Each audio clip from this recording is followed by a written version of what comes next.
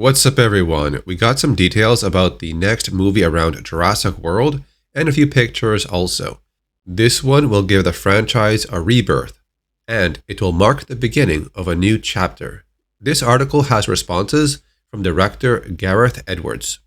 Filming will take place in Southeast Asia of Thailand. The reason for this is because they wanted a location that looked very primeval for a movie filled with dinosaurs. They filmed in rivers and these mangrove swamps.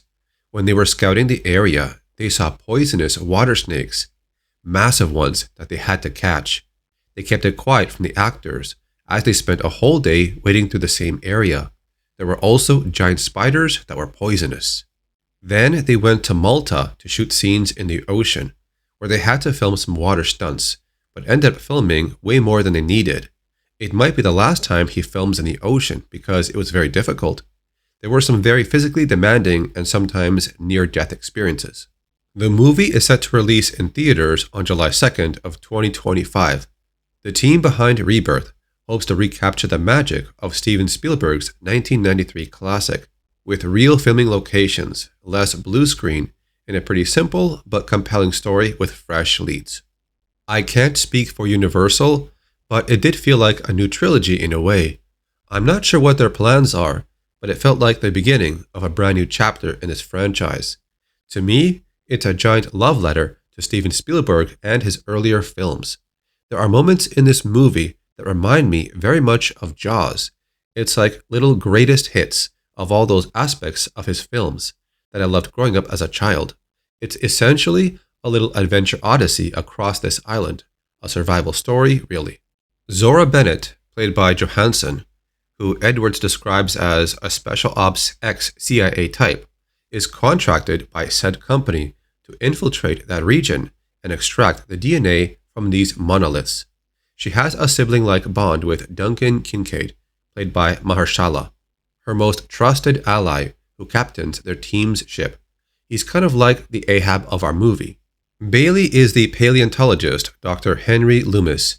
He's very comfortable around digs and expeditions, but not into life and death situations like the others. The three of them are kind of similar to the trio that was in Jaws from 1975 by Steven Spielberg. It's that kind of triangle between three different overlapping characters. There's a lot of fun between the three of them that really popped out to me. It's less of a love triangle and much more of a competitive who's the alpha in the group kind of way. And that guy walking through wetlands in a white collared shirt, that's Martin Krebs, a representative of Big Pharma on site to ensure his company's interests. But even he, Edwards points out, isn't a cliched corporate figure. Rupert's got a little bit of James Bond about him. Now, the curveball in this story is that Zora's team receives a Mayday signal from a civilian boat that capsized from an attack. So on top of pulling off this dangerous mission, the crew now has to worry about the safety of the Delgado family. Obviously, it all goes wrong and becomes a situation that you enjoy watching as a Jurassic fan. Once you're on the adventure, the film doesn't let go until the end credits.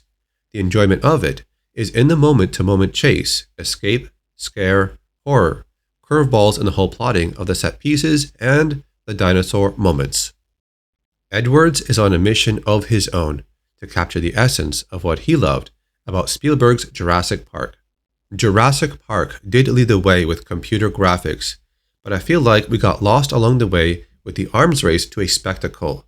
Jurassic actually only had just a few dozen VFX shots in it, and it's such a powerful film. So it was trying to go back to all those tricks and ideas that tease the audience, that create suspense and tension that get you on the edge of your seat. I just wanted to create that feeling I had when I was young of being in awe of these things. So that is a small breakdown of the story so far for this movie.